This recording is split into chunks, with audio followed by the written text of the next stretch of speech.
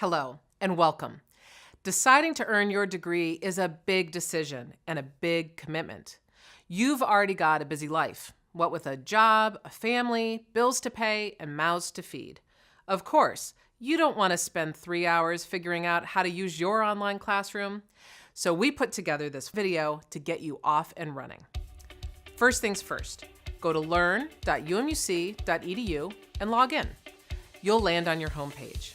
From here, just click on this 9-square icon and select a course. A classroom for that course opens. On the left, you'll see alerts. These highlight things like unread discussion posts and quizzes.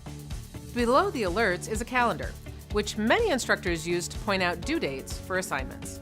You definitely want to check the calendar. Check it twice, and then, that's right, check it again. Below the calendar are announcements. Your instructor will use this space to communicate important information about the course, so you're going to want to check on these too.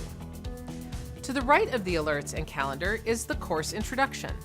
The introduction will lay out all the exciting work you will be doing for the next couple months. The navigation bar will help you get wherever you need to go in your classroom. It's kind of like an online GPS. Your syllabus is really useful, so it should be at the top of your to-do list. Click on Syllabus to open your syllabus. The syllabus tells you all about your instructor, course assignments, grades, your instructor's policies, and more. Take the time to read it through. Many students even print out or download the syllabus so they have it handy. The Projects tab on your navigation bar takes you to the content of the course. This course is organized by projects, but other instructors might do it differently, for instance, by using milestones or weeks. Now, you might be asking yourself, so where are my textbooks? And how much are they going to set me back? Well, I've got good news. In most of your courses, all the learning resources you need are right here, free of charge. These resources will include e-textbooks, websites, videos, and more. You can find the resources integrated within the content. In this class, when we go to Step 1, Read the Case Study, we see the resources are embedded like here. Clicking on the link opens the reading. It's as easy as that. Many instructors also assign discussions as part of the class. You can check your syllabus to find out if you have assigned discussions. Discussions can be integrated into the content. Within this course, you will find one in Project 3, Step 2. Clicking on the discussion link here takes you to the required task. You can also access discussions through the navigation bar. Discussions are more like online forums than chat rooms. You don't have to be online at the same time as your classmates to participate. Different instructors use discussions in different ways. Sometimes they are an open question, asking you to share your thoughts and opinions on some topic. Sometimes they are very structured, requiring you to research a specific topic and cite sources.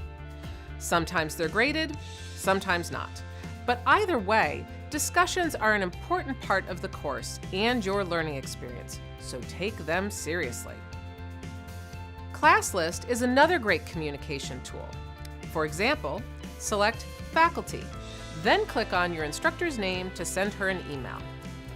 It's also a good idea to check your syllabus or announcements to see if your instructor has a preferred communication method.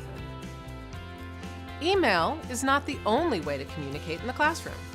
If you see this green dot next to a name, they're online too. Click the checkbox, hit Instant Message, and voila, instant communication. Use these tools to get to know your classmates too. Like you, they bring rich experiences and insights to the classroom. And because we are a global university, you might be in Baltimore, and your classmate might be in Germany, or Japan, or even Fiji. In your coursework, you will write papers and complete other projects. And of course, you will have to submit them too. Good news, that's the easy part.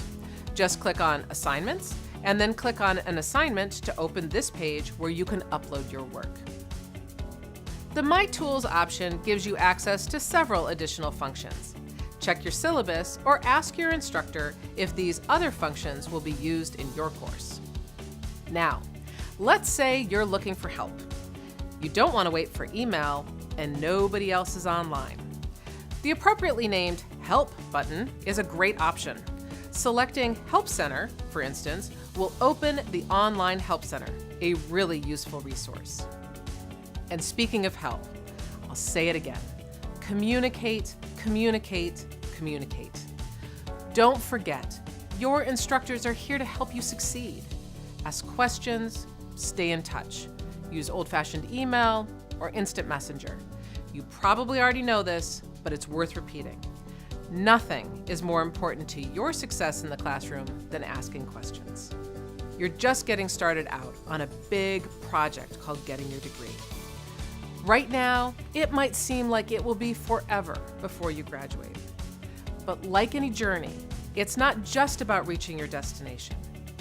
Even more important, it's about what happens along the way. Just taking classes, getting new training, can help you do better in your job, maybe even lead to a promotion or a bump in your salary. And who knows, maybe you'll make a new friend in Fiji that you'll have to visit sometime.